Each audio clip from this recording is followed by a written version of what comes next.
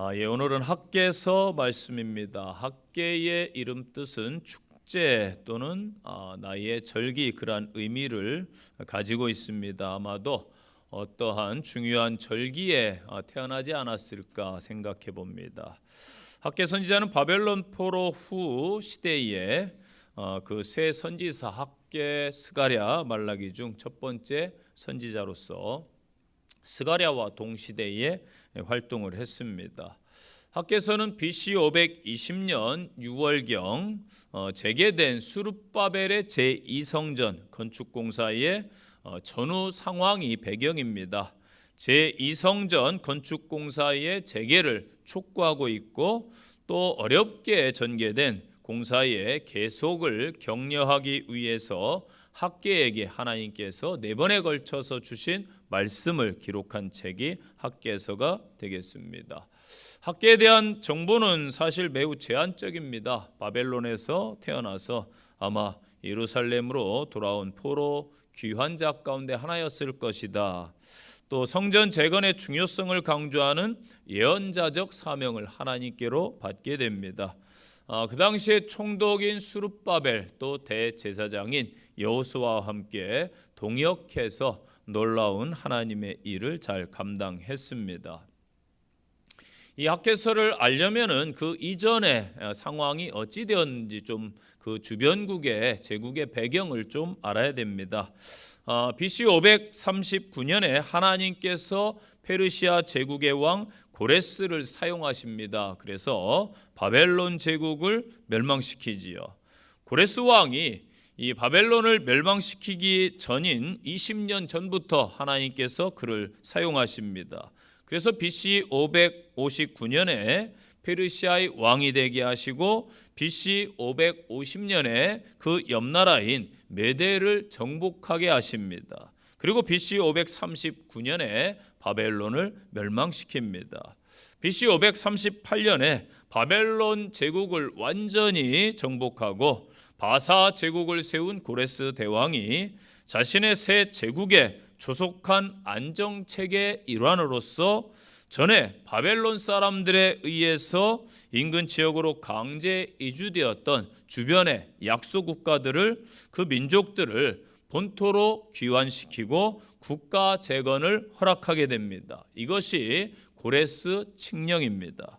에스라 1장에 보면은 바벨론의 포로로 끌려와서 70년 동안 고생한 유다 백성들이 이제 자유롭게 예루살렘으로 돌아가도 좋다. 하나님께서 명령하셨으니 너희는 고국에 돌아가서 성전을 건축해라. 예루살렘으로 안 돌아가고 혹 바벨론에 남을 사람들은 고국으로 돌아가는 사람들을 위해서 너희들이 가진 은이나 금이나 혹은 물건이나 짐승으로 예물로 도와주어라. 이게 고레스 칙령의 내용입니다. 오랜 기간 외쳤던 선지자들의 예언이 마침내 이루어졌습니다. 그래서 안정된 바벨론에서의 삶을 뒤로하고 5만여 명의 귀환자가 고국인 예루살렘으로 돌아옵니다. 그리고 부푼 기대를 안고 성전 재건에 돌입했습니다. 그러나 안타깝게도 성전 재건의 과정은 순탄치가 않았던 것입니다. 성전의 지대가 놓이고 성전 재건이 본격적으로 시작되자 사마리아인들의 방해가 시작됩니다. 그들은 수룹바벨과 족장을 먼저 찾아왔습니다. BC 721년에 북왕국 이스라엘이 멸망할 때에 아수르 왕 에살핫돈의 명령에 의해서 사마리아에 있는 북왕국의 수도의 사람들이 전 세계로 다 흩어지게 됩니다. 그리고 그 땅에 메소포타미아 사람, 에돔 사람, 아람 사람 주변인들을, 이방 민족들을 사마리아에 데리고 와서 민족을 섞어버리는 정책을 씁니다. 이들이 이때 자기들이 가지고 온 신들을 함께 섬겨서 그 사마리아에 종교 혼합주의가 탄생하는 것입니다. 열왕기하 17장 33절에 이렇게 기록되어 있어요. 이와 같이 저희가 여호와도 경외하고 또한 어디서부터 옮겨왔든지 그 민족의 풍속대로 자기의 신들도 섬겼더라. 이 신들이라고 표현하고 있어요. 여러 우상들을 드려왔다라는 것이죠. 에스라 4장 2절 말씀에 보면은 사마리아 사람들이 수룹바벨과 또 지도자들에게 찾아와서 우리가 헌금도 하고 노동력도 보태겠다, 성전 건축에 우리를 동참시켜 달라, 그렇게 요구합니다. 그게 에스라 4장 2절 말씀이에요. 수룹바벨과 족장들에게 나와 이르되 우리로 너희와 함께 건축하게 하라. 우리도 너희와 같이 너희 하나님을 구하노라. 아수르 왕 에살핫돈이 우리를 이리로 오게 한 날부터 우리가 하나님께 제사를 드렸다. 그러자 수룹바벨과 족장들이 한마디로 거절을 해버립니다. 그게 에스라 4장 3절 말씀이에요.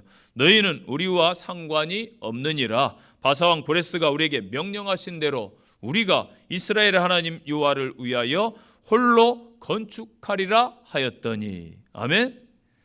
왜 거절을 합니까? 수룹바벨은 이스라엘 백성들이, 유다 백성들이 우상 숭배 때문에, 그 우상을 섬겼기 때문에 70년간 바벨론에서 포로로 고생을 했단 말이에요. 고생을 해보았습니다. 바벨론에 가서 그 고생을 했기 때문에 종교 혼합주의를 다시는 허용치 않겠다라는 것입니다. 사마리아인들이 거절을 당하자 그때부터 조직적으로 의도적으로 성전 건축을 방해하기 시작한 것입니다. 페르시아 왕 고레스 때부터 다리오 왕에 이르기까지 페르시아 관리들에게 뇌물을 줘서 방해 작업을 계속하는 것입니다. 사마리아인으로서 페르시아의 관리가 된 사람이 있어요. 르훔과 심세가 아닥사스다 왕에게 유다 백성을 모함하는 상소문을 올리게 됩니다. 저 유다 백성들은 믿을 족속이 못 됩니다. 성읍을 건축하고 성전을 건축하면은 반드시 반역을 도모하는 족속입니다. 이 모함을 하자 아닥사스다 왕이 536년에 조서를 내립니다. 그래서 채 2년이 못 되어서 성전 지대가 놓이고 건축을 시작하려 했는데 공사가 중단된 것입니다. 이것에 실망한 백성들은 성전 건축을 중단한 채 새로운 땅에 정착하기 위한 노력을 이어가게 됩니다. 자기 집도 짓고 또 살아야 되니까 생존을 위해서 생계 수단을 간구하는 것이지요. 반면에 성전의 재건은 저 뒷전으로 아마득히 밀려나게 됩니다. 삶의 분주함과 또 어려움이 성전 재건에 미처 관심을 두지 못하게 만들었습니다. 이제는 성전 재건에 대한 마음이 무뎌졌습니다. 어느덧 그렇게 시간이 흘러서 16년의 세월이 흐른 이 시점에 하나님께서 이대로는 안 되겠다. 그래서 학계를 통해서 성전 재건의 필요성을 알려주시는 것입니다. 이렇게 학계는 하나님의 말씀을 그 백성들에게 전하면서 성전 재건의 결정적인 역할을 감당하게 되는 것입니다. 오늘 본문을 통해 주시는 말씀으로 은혜의 시간이 되시기를 바랍니다. 영적 성전을 세우려면 어떻게 해야 되느냐? 첫째, 우선순위를 바로 하라는 것입니다. 고레스 왕의 뒤를 이어서 바사 제국의 왕위에 오른 캄비세스 2세가 팔레스타인 지역에 무관심합니다. 고레스는 약조를 해서 너희들 돌아가면 성전 건축할 수 있도록 자재를 보내주고 원조를 해주겠다 그랬는데 왕권이 바뀌면서 이 원조가 중단됩니다. 또 유대인들이 주변 민족들로부터 횡포와 어려움을 당해도 방치하게 됩니다. 이러한저러한 이유로 예루살렘 성전의 재건 공사는 차일피 미루어지면서 한 해 한 해 흘러서 어느덧 15년 시점이 된 것입니다. 그러나 포로 귀환 세대에 새 이스라엘 백성에게 있어서 이 새 성전은 그들이 갖춰야 될 여러 사회 시설 기반물들 중에 하나가 아니라는 거예요. 성전은 하나님의 임재를 상징하는 처소입니다. 하나님에 의해서 신약 시대 예수 그리스도의 구속 사역과 관련해서 그 세부 식양까지 지시한 하나님께서 인정하신 이스라엘의 유일한 중앙 성소라는 것입니다. 따라서 성전이 예루살렘에 존재한다라는 것은 절대 초월자이신 여호와 하나님께서 이스라엘 백성 가운데 함께 거하시고 또 이스라엘은 여호와를 중심으로 살아가고 있음을 의미한다는 것입니다. 따라서 새 성전의 건립은 보로 귀한 이 새 세대가 하나님의 선민으로서 자신들의 정체성을 온전히 회복하고 또 선민으로서 새 역사를 새롭게 시작하는 절대적인 지표가 되는 것입니다. 이렇게 학교에서는 하나님의 집, 즉 성전 재건의 중요성을 강조하고 있습니다. 이스라엘 백성들은 자신의 집과 또 개인적인 문제를 우선시했지만은 하나님은 먼저 성전 재건을 통해서 그들의 우선순위를 바로잡도록 명령하고 있습니다. 성전은 하나님 앞에 예배 드리는 장소요, 또 하나님과의 관계에 있어서 너무나도 중요한 역할을 감당하는 곳입니다. 하나님의 일을 뒤로 미루면은 여러분의 삶 전체가 아마 흔들리게 될 것입니다. 그래서 성전 건축은요, 단순한 건물이 아니에요. 하나님 중심의 신앙 회복이다. 믿습니까? 그리고 하나님은 성전을 통해서 이스라엘을 다시 제사장 나라로 회복시켜 주실 것입니다. 신명기 8장에서 모세가 이미 말씀을 주셨어요. 신명기 8장 12절부터 쭉 14절까지 말씀입니다. 하나님은 우리들에게 말씀하셨어요. 이스라엘 백성에게 먼저 말씀했어요. 내가 먹어서 배부르고 아름다운 집을 짓고 거주하게 되고 또 내 소와 양이 번성해지면은 내 은금이 증식되어 내 소유가 풍부하게 될 때에 내 마음이 교만해지며 내 하나님 여호와를 잃어버릴까 염려하노라. 아멘. 하나님은 다 아신 거예요. 그래서 모세를 통해서 가나안 땅에 들어가서 하나님을 너희들이 풍성해진다고 해서 잃어버리지 말아라 말씀하신 겁니다. 여러분, 이 학계 시대에 지금 성전 건축을 하는 사람들은 믿음이 없는 사람들이 아니에요. 불신앙자들이 아닙니다. 그들은 최고로 하나님을 잘 믿었던 열심히 있는 신앙인들입니다. 고레스 왕이 칙령을 발표했을 때에 이스라엘 포로 중에 대부분의 사람들은 자기들이 일군 그 바벨론의 터전을 포기할 수가 없었어요.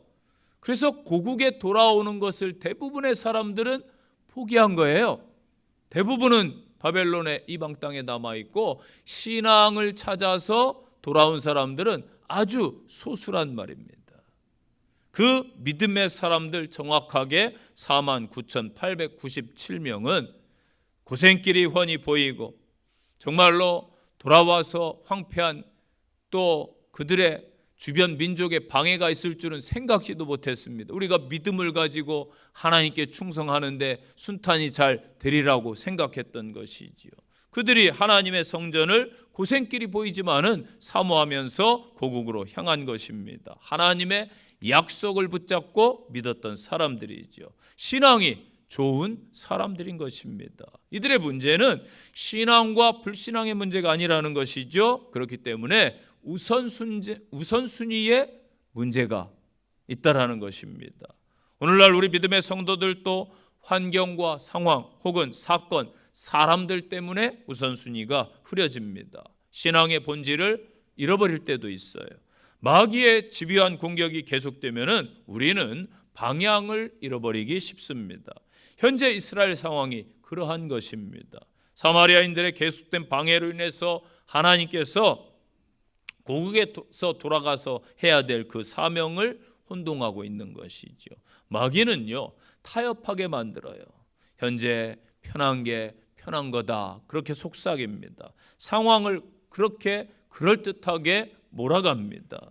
현재 환경이 그러하니 어쩔 수 없지 않느냐. 사마리아의 방해로 인해 또 아닥사스다 왕의 칙령이 내려졌지 않느냐. 조서가 우리도 어쩔 도리가 없다. 국민이 국가의 법을 지켜야 되는 것 아니냐. 잠시 미룬다고 안 하는 것이 아니라는 것이지요. 그런데 우리는 알아야 됩니다. 바로 지금 해야 됩니다. 신앙은 미루는 순간 약해지는 거예요. 성도 여러분, 지금 예배하시기를 바랍니다. 지금 기도하시기 바랍니다. 지금 전도하세요. 지금 헌신하세요. 지금 찬송을 부르시기를 바랍니다. 바로 지금 해야 되는 거예요. 마귀는 자꾸 우리에게 그렇게 해요. 내일 해도 돼. 너 말고도 다른 사람이 해. 차차 하면 되지. 제가 목회를 이렇게 쭉 하면서 나중에 하겠습니다. 제가 지금은 형편이 안 돼가지고요. 또 어려워요. 차차 할 때가 있겠지요. 그런데 그러한 사람 치고 열심히 있는 사람 없더라고요. 열매를 못 거둬요. 하나님이 절대 기뻐하시지 않습니다. 기억하세요. 지금 우리 할 일을 하시기를 바랍니다. 이게 하나님께서 원하시는 거예요. 우리 앞에 마귀는 늘 공격하고 있었어요. 여러분, 우리 앞에 마귀의 공격이 늘 있었단 말이에요. 기독교 역사 2000년 역사를 보세요. 어디 기독교가 평안할 때가 있었습니까? 물론 있었어요. 평안할 때는 기독교가 타락했을 때예요. 기독교가 힘을 잃었을 때는 평안했습니다. 그러니까 면죄부 팔아먹고 교회가 교회답지 못하고 역할을 못했지요. 사명을 잃었지요. 이럴 때는 마귀는요, 가만 놔둬도 되니까 역사하지 않아요. 이제 우리는 실망과 좌절을 이기고 일어나시기를 바랍니다. 하나님은 산자의 하나님, 살아계신 하나님, 오늘도 역사하는 하나님이십니다. 여러분의 하나님은 어떠한 하나님이십니까? 축구 선수가 골을 넣을 때요, 절대 쉽게 넣는 골은 없어요. 어떤 분들은 그러더라고요. 잘 주워 먹는다고. 여러분, 그 자리에 가 있는 것도 능력입니다. 감각이에요. 골은 아무나 넣는 게 아니에요. 그래서 공격수 아무나 시키지 않습니다. 어렵죠. 야구 선수가 홈런 칠 때 좋은 공만 홈런 치는 게 아니지요. 최고의 공격수는요, 최고의 수비수를 뚫고 최고의 골키퍼를 뚫고 골을 넣는 거예요. 최고의 홈런 타자는 에이스의 공을 놓치지 않고 쳐서 홈런을 만드는 것입니다. 좌절, 낙심, 실망, 원망, 불평, 이런 것은 세상 사람들이 하라고 하세요. 저와 여러분은 믿음의 행보를 계속 하시기를 바랍니다. 하나님의 역사는 이러한 자에게 나타날 줄로 믿습니다. 이 아침의 말씀 앞에서 우리는 결단해야 돼요. 우선순위를 세상에 빼앗기지 아니하고 하나님께 다시 드리겠습니다. 결단하는 성도들이 되시기를 바랍니다. 나의 헌신을 한번 돌아보세요. 나의 예배는 어떠합니까? 우리들이 민감한 헌금은 어떠합니까? 11조도 마찬가지예요. 경제적으로 어려울수록 11조의 헌금은 더욱더 중요한 의미를 지니지요. 때로 11조를 드려봐라, 하나님이 복을 주신다, 몇 겁으로 갚아주신다, 한번 테스트해 보라고 말하는 분들도 계시더라고요. 어디 감히 하나님을 테스트합니까, 여러분? 신앙은 테스트하는 게 아니에요. 믿는 거예요. 믿습니까? 그것은 11조 헌금의 의미를 왜곡하는 거예요. 11조 헌금은 더 많은 복을 받기 위해 투자하는 게 아니에요. 그것은 이미 받은 은혜와 하나님의 축복에 대한 내 신앙 고백이요, 헌신인 것입니다. 11조를 드리는 것은 나의 삶에 하나님이 제일 우선이다, 이 사실을 고백하고 선포하는 행동이지요. 적어도 그 정도는 드려야 하나님이 내 삶에서 중요한 존재가 되시는 것입니다. 그래서 예수님이 하신 말씀이 있어요. 마태복음 6장 21절에서 너희의 보물이 있는 곳에 너희 마음도 있느니라. 아멘. 그래서 우선순위가 되지 아니하면은 이러한 일들이 찾아온다라고 오늘 본문에서 말씀하는 거예요. 성경은 뭐라고 말해요? 1장 6, 7절 보세요. 너희가 많이 뿌릴지라도 수확이 적을 것이다. 먹을지라도 배부르지 못할 것이다. 마실지라도 흡족지 못할 것이다. 입어도 따뜻하지 못할 것이다. 일꾼이 삭슬 받아도 그것을 구멍 뚫린 전대에 넣음이 되는 것과 같다. 만군의 여호와가 말하노니 너희는 자기의 행위를 살필지니라. 아멘. 여러분들이요, 무슨 일이 있어가지고 혹 충격을 받으시거나 마음이 아플 때 다치면은 매사에 다 의욕이 안 생겨요. 힘이 들지요. 아무리 맛있는 음식을 먹어도 이게 맛이 몰라. 왠지 날씨도 차지 않은데 춥게 느껴져요. 사람을 만나긴 만나는데 내가 누굴 만나고 왔지? 아무 의미가 없어요. 힘만 들어요. 여러분, 인간은요, 하나님의 형상으로 만들어진 영적 존재예요. 그래서 영혼이 만족이 돼야 돼요. 내 영혼이 잘된 같이 범사가 잘 되는 게 원리인 것입니다. 우선순위, 하나님 우선순위가 되면 모든 범사가 잘 풀릴 줄로 믿습니다. 회복될 줄로 믿습니다. 깨닫기 바랍니다. 하나님이 내 삶의 주인이 되시고 내 삶의 목적이 되시면, 나에게 있어서 가장 중요한 존재가 되시면은 내 존재의 중심에 계신 그 하나님께서 내 모든 삶을 다스리게 되고, 그럴 때에 참된 변화가 일어납니다. 전능하신 하나님이 일하기 시작할 것입니다. 분명히 기억하세요. 하나님은 지금이라고 말씀하시는데 우리는 아직이라고 대답하고 있지 않습니까? 성도가 성도다움은요, 자기에게 부여된 하나님의 사명을 분명하게 인식하며 살아갈 때입니다. 성도 여러분, 육신의 집을 세우는 것보다 믿음의 집을 먼저 세우는 믿음의 성도들 되시기를 간절히 축원드립니다. 두 번째 주시는 말씀, 영적 성전을 세우기 위해서는 말씀에 순종해야 됩니다. 하나님의 명령에 대한 순종이 회복의 시작임을 알아야 돼요. 성도가 성도답게 살기 위해서 가장 먼저 해야 될 것은 하나님의 말씀을 듣는 거예요. 하나님은 선지자를 통해서 말씀을 주시고 오늘날은 성경 말씀을 통해서 우리에게 설교를 통해 말씀하십니다. 하나님의 말씀을 듣는 자들, 그들과 함께 하셔서 그 범사를 형통케 하실 줄로 믿습니다. 성경을 보세요. 종종 현실적으로 불가능해 보이는 일들, 무모해 보이는 일들을 하나님께서 명령하세요. 또한 그것을 받은 자가 순종하는 기사들을 성경에서 많이 볼 수 있어요. 학께서는 하나님의 명령을 순종하는 것이 얼마나 중요한지 강조하고 있어요. 백성들이 성전 재건을 미룬 이유, 개인적인 사정, 바쁨, 또 주변인들의 집요한 방해, 왕의 조서, 이것도 있지만은 하나님은 그들에게 하나님의 뜻을 따르는 게 가장 중요하다, 우선이다. 하나님의 명령에 순종할 때에 하나님은 그 백성을 인도해 주실 줄로 믿습니다. 포로에서 돌아온 이스라엘 백성들은 하나님의 말씀과 기도를 통한 교제가 흐려져요. 왜? 내일이 바쁘다 보니까, 세상 문제에 집중하다 보니까. 그러니까 하나님의 뜻을 나중에는 분별하지 못하고 시간이 흐르다 보니까 우선순위가 다 바뀌어버립니다. 우선순위가 바뀌니까 하나님의 복이 임하지 않아요. 삶의 만족함과 기쁨이 없는 것입니다. 악한 마귀는 지금도 하나님의 은혜를 받지 못하도록 우리들을 방해하고 있어요. 바쁘게 만듭니다. 말씀을 가까이 하지 못하게 합니다. 또 기도하지 못하게 합니다. 나만 고난당하는 것으로 생각하게 하고 낙심하게 합니다. 여러분, 현재 우리나라만 어려운 게 아니에요. 전 세계가 다 어려워요. 나만 겪는 고난이라고 생각지 마세요. 아유, 우리 자녀는 왜 이렇게 속썩이는지 몰라요. 다 속썩여요. 아유, 우리 남편은 왜 그런지 몰라요. 남의 남편도 다 그래요. 우리 아내 왜 그런지 몰라요. 저는 남편만 문제인 줄 알았더니 죄송합니다, 여성분들도 아내들도 문제가 많더라고요. 뭐 서장훈인가 하는 거 어쩌다 봤더니 와, 저런 이상한 부부들도 참 세상에 많구나. 대한민국에 그러한 이상한 부부들이 많은 줄 참 몰랐어요. 그래서 제가 감사했어요.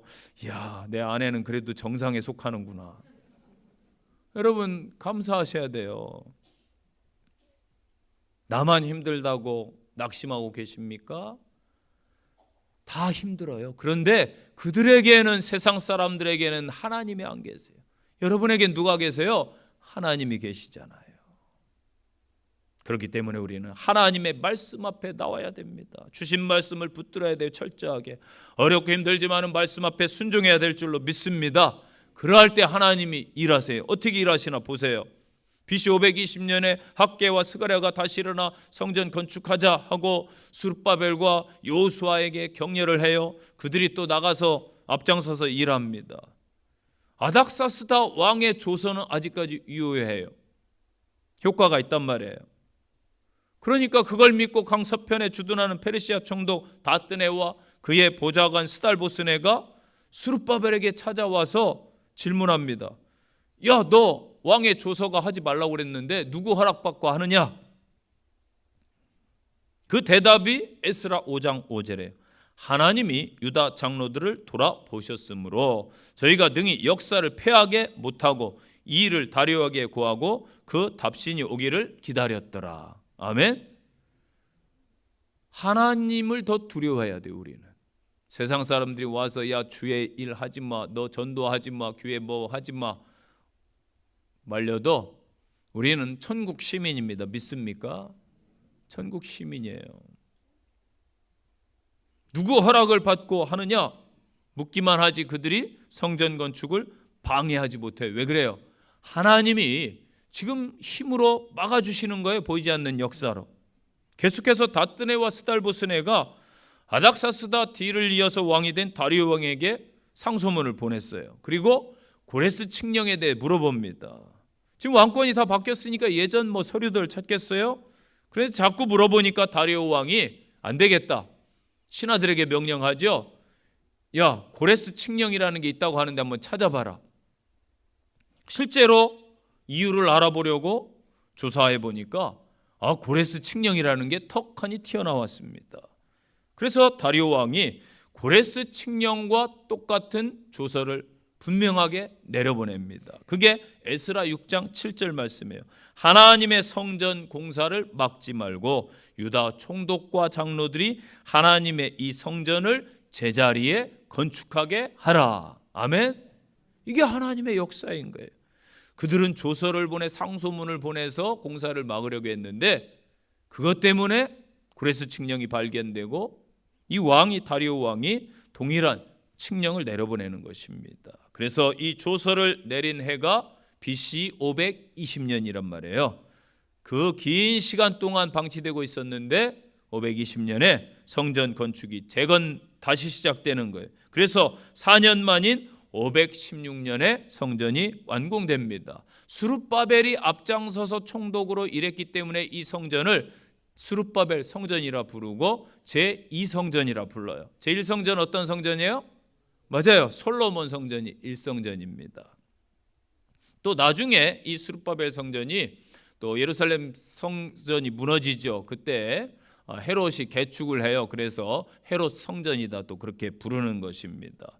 자, 솔로몬이 지은 성전의 전신은 출애굽기 광야 생활에서 지었던 성막이란 말이에요. 성경에서 보면 성막이 세워졌을 때 어떤 일이 있었는가? 솔로몬 성전이 지어졌을 때 어떠한 일이 있었는가? 하나님의 영광이 임재했다. 자, 하나님은 이 성전을 통해서 이스라엘을 만나고 복을 주시겠다 약속하셨어요. 그렇기 때문에 사람들은 성전에서 하나님을 예배하고 기도합니다. 성전에서 속죄의 제사가 드려져요. 죄를 용서받고 성전에서 하나님의 말씀이 가르쳐진 것입니다. 이 모든 것을 통해 사람이 복을 받는 것은 하나님의 전이다. 그런데 이 중요한 성전, 하나님께서 세상에 그 시대의 한 곳 어디에? 예루살렘 성에 단 한 곳만 지금 성전이 있습니다. 당시 인구가 엄청난데 그 많은 사람들이 하나님을 섬길 수 있는 성전이 한 군데라는 게 좀 이상하지 않습니까? 도시마다 만들어서 저 실로에도 저쪽 지역에도 미스바나 여러 지역에 만들면 좋잖아요. 편리하지 않겠습니까? 그런데 성전이 하나인 것은 이 성전이 단 한 사람 예수 그리스도의 모형이기 때문이에요. 예수님 당시에 오늘 스룹바벨 총독이 지었던 성전을 헤로드 왕이 정치적으로 유대인의 환심을 사기 위해서 46년에 걸쳐서 화려하고 아주 웅장하게 새롭게 오늘말로 리모델링을 해놨어요. 뼈대만 남겨놓고 다 새롭게 건축한 것이죠.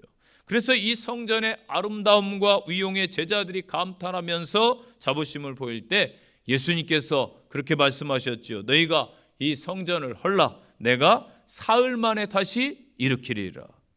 사람들이 어이없어 했어요. 아니 헤롯이 그렇게 오랜 세월 지었는데 사흘 만에 네가 일으킨다고? 다시 짓는다고? 이 말씀이 무슨 뜻인지 요한 사도가 나중에 깨닫고 성경에 기록해 놨어요.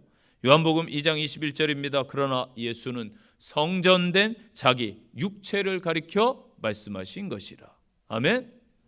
바로 부활 사건을 말씀하신 것이죠. 예수님께서 십자가에 죽으시고 사흘 만에 부활하심으로 하나님을 만날 수 있는 참 성전이 되셨다라는 거예요. 여러분, 이 성전은 하나님의 영광이 거하고 구원 하나님의 약속이 있는 곳입니다. 예수 그리스도를 통해서만, 예수님이 성전 되셨어요. 예수님을 통해서만 구원받습니다. 믿습니까? 예수님을 통해서만 하나님의 영광이 나타나는 거예요. 그래서 애초에 성전은 예수님을 나타내기 위한 목적인 것이다. 이제 성전에서 이루어지는 모든 복된 일들이 주님 안에서 이루어지는 겁니다. 하나님께서 임재하시고 예배 받으시고 기도를 들으시고 죄를 용서하시고 영원한 복을 받는 곳, 바로 그 성전이 예수 그리스도를 가리키는 것입니다.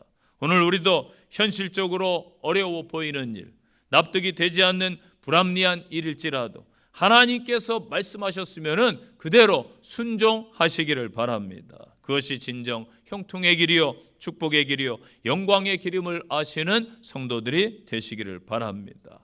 하나님의 말씀에 순종하느냐 여부가 하나님과 우리 사이의 거리를 결정짓는 것입니다. 하나님의 뜻과 계획은 대내외적인 환경이나 형편에 따라 좌우되지 않습니다. 이 성전에서 선포되는 귀한 말씀 앞에 우리는 순종하시기를 바랍니다. 그 말씀을 또한 온 세상에 선포하는 믿음의 성도들 되시기를 간절히 축원드립니다. 세 번째 주시는 말씀, 영적 성전을 세우면은 영광이 충만케 해야 됩니다. 누구의 영광이? 하나님의 영광이. 8절 보세요. 내가 그것으로 말미암아 기뻐하고 또 영광을 얻으리라. 여호와가 말하였느니라. 아멘. 하나님의 영광. 탈무드에 보면은 사람을 평가하는 기준이 세 가지가 있다고 해요. 첫째 기준이 카소예요. 이건 문자적으로 주머니라는 뜻입니다. 주머니. 그러니까 돈, 지갑을 말해요. 지갑. 그 사람이 돈을 어떻게 벌고 어떻게 쓰느냐를 보면은 사람이 보이는 것이죠. 됨됨이가 보이는 거예요. 두 번째는 코소라는 단어인데 그의 잔이라는 뜻이에요. 문자적으로. 그 사람이 인생의 즐거움을 어디에서 찾는가 보면은 그 사람의 됨됨이를 알 수 있다라는 것이죠. 세 번째는 카소라는 단어인데 노여움이라는 뜻입니다. 그러니까 그 사람의 감정이죠. 감정 조절의 능력과 인내력을 보면은 저 사람을 알 수가 있다라는 것입니다. 자, 우리의 그런 물질 생활은 어떻습니까? 우리의 인생의 즐거움을 어디에 두면서 살아가고 계신가요? 우리는 과연 얼마나 우리의 감정을 잘 조절하면서 인격적으로 살아가고 있습니까? 1장 7절은 이렇게 말씀하고 있어요. 만군의 여호와가 말하노니 너희는 자기의 행위를 살필지니라. 아멘. 하나님의 축복과 약속은요, 우리가 심은 대로 거두게 하는 원리예요. 세상의 원리도 가장 기본 진리가 뭐예요? 기브 앤 테이크입니다. 어느 날 아내 생일이었는데 택배가 막 와요. 엄청 많이 오더라고요. 그래가지고 당신은 이렇게 택배를 많이 받냐? 왜냐하면 저보다 더 받거든요. 그래가지고 많이 받는다고. 그런데 가만 생각해 보니까 아내가 그런 말을 해요. 이렇게 받기까지는 내가 얼마나 뿌렸겠어요. 그 말이 맞더라고요. 뿌렸으니까 그만큼 거두는 거예요. 이게 진리입니다, 여러분. 인생에 있어서. 자, 그럼 우리가 원인 없는 결과가 없어요. 어떤 사람에게 하나님의 약속이 이루어집니다. 그러면은 그만큼 약속을 이루기 위해 그 사람이 신앙적인 노력을 했다라는 거예요. 그래서 우리가 어떻게 살아가야 되느냐? 하나님의 성도답게 살아가야 되는 거예요. 고난 없이 주어지는 것 가치가 없습니다. 하나님의 복도 마찬가지죠. 지금 보세요. 바벨론에서 돌아와서 이들 믿음의 사람들이 돌아와서 많은 고초를 겪어요. 그 고난을 겪고 영적으로 이겨내고 성전을 이루어갈 때에 그 성전이 가치가 있고 중요한 것, 가장 중요한 것은 그러한 곳에 하나님의 영광이 머문다라는 것입니다. 여러분, 하나님의 성전은요, 다른 거 없어요. 하나님이 계셔야 돼요. 믿습니까? 하나님의 영광이 충만해야 됩니다. 그래서 2장 7절 말씀에서 하나님은 내가 이 성전에 영광이 충만하게 하리라 말씀하셨어요. 성도는요, 웅장하고 화려한 솔로몬의 성전, 보잘것없는 수룹바벨의 성전, 성전을 다 지어놓고 보니까 옛날 사람들이 그런 이야기를 하는 거예요. 야, 솔로몬의 성전은 정말 휘황찬란했는데 그거에 비하면 이 스룹바벨 성전은 참 도와준다게던 그 약속도 다 어기고 형편없이 지어졌구나. 여러분, 웅장한 솔로몬 성전과 보잘것없는 스룹바벨 성전에서 예배하는 것을 비교하는 게 아니에요. 어느 성전에서 예배하든지 중요한 것은 하나님이 거하시느냐, 하나님의 영광이 충만해야 될 줄로 믿습니다. 그래서 학개가 뭐라고 선포합니까? 이 성전이 나중 영광이 이전 영광보다 크리라. 2장 9절에서 말씀하잖아요. 여러분, 이게 중요합니다. 외부적인 위협도 문제인데 마음속에 일어나는 의심, 절망감, 하나님의 일을 방해하는 요소가 될 수 있어요. 유다 백성들이요, 새 성전과 옛 성전을 비교하는 거예요. 그러니까 당연히 외적으로 보면은 부족할 수밖에 없죠. 하나님이 지금 이스라엘에게 원하는 것은요, 화려하고 웅장한 성전을 지으라는 게 아니에요. 그들에게 하나님의 새로운 시대가 시작되었다는 비전을 주고 소망을 주기를 원하십니다. 하나님 나라는 이미 임했으나 아직 완성되지 않았습니다. 예수님은 하나님 나라가 보잘것없어 보이기 때문에 뭐라고 표현했냐면은 겨자씨와 같다라고 표현하고 있어요. 여러분, 겨자씨가 큽니까? 아주 작은 씨앗이죠. 거목이 처음부터 큰 나무 없습니다. 작은 묘목이에요. 지금은 비록 작아 보이고 보잘것없지만은 장차 완성될 하나님의 나라와 영광을 바라볼 수 있는 참된 믿음을 가져야 합니다. 그래서 우리에게 보이지 않는 하나님 나라를 볼 수 있는 영적인 안목이 필요한 것입니다. 지금 그들이 짓고 있는 성전은 영광에 구름도 없고 법궤도 없어요. 그런데도 불구하고 낙심치 말아야 되는 이유가 있어요. 바로 하나님께서 장차 이곳에서 놀라운 일들을 이루실 것이기 때문입니다. 하나님의 계획은 항상 현재보다 미래를 향하여 있는 것입니다. 하나님은 성전 재건이 이루어질 때 하나님의 축복과 임재가 그곳에 임할 것이다 약속하셨어요. 하나님은 성전이 재건될 때에 그들의 모든 어려움과 불안을 해결해 주시고 하나님의 나라가 회복될 것임을 선포하십니다. 학개서에서 강조하는 성전은요, 단순한 건물이 아니에요. 하나님과의 관계를 상징하는 것입니다. 하나님께서 임재하시는 것만으로 교회는 세상 가운데 그 무엇보다도 귀한 거예요. 복된 귀한 교회인 줄로 믿습니다. 우리가 명령받은 성전은요, 영적인 성전입니다. 하나님 나라의 확장과 교회의 확장과 전도와 선교의 명령을 받은 것입니다. 너희는 온 천하에 다니면서 복음을 증거해라. 때를 얻든지 못 얻든지 복음을 전파하라. 믿습니까? 세상 모든 족속으로 제자를 삼아 아버지와 아들과 성령의 이름으로 침례를 주어라. 사마리아와 온 유대와 땅끝까지 이르러 복음의 증인이 되라. 아멘. 전도와 선교를 통해서 영적인 성전을 세우라는 명령을 받은 것이지요. 또한 우리가 성전인 줄로 믿습니다. 그렇게 이 땅의 성도들은 하나님의 성전답게 거룩한 삶을 세상 가운데 확실하게 보여주며 살아가야 되는 것이죠. 이것이 곧 하나님의 영광을 나타내는 것, 충만케 하는 것입니다. 저와 여러분이 영적인 성전이 되셔서 하나님의 영광을 다 드러내는 믿음의 귀한 권속들 되시기를 간절히 축원드립니다. 결론의 말씀입니다. 하나님의 원하심을 잘 알아야 올바른 성도입니다. 하나님께서 원하시는 영적인 성전을 잘 세워 가시기를 바랍니다. 본질을 보며 하나님 우선순위의 신앙을 회복하시기를 바랍니다. 하나님의 말씀 앞에 순종함으로 서시기를 바랍니다. 이 성전과 여러분의 심령 가운데 하나님의 영광이 충만히 임하는 믿음의 성도들이 다 되시기를 간절히 축원드립니다. 적용의 말씀입니다. 첫째, 나는 내 일이 우선입니까? 하나님의 일이 우선입니까? 내 신앙을 진솔하게 돌아보시기를 바랍니다. 두 번째 적용입니다. 무엇이 하나님의 말씀에 순종하지 못하게 합니까? 하나님의 말씀 앞에 우선 순종하는 믿음을 회복하시기를 바랍니다. 세 번째 적용입니다.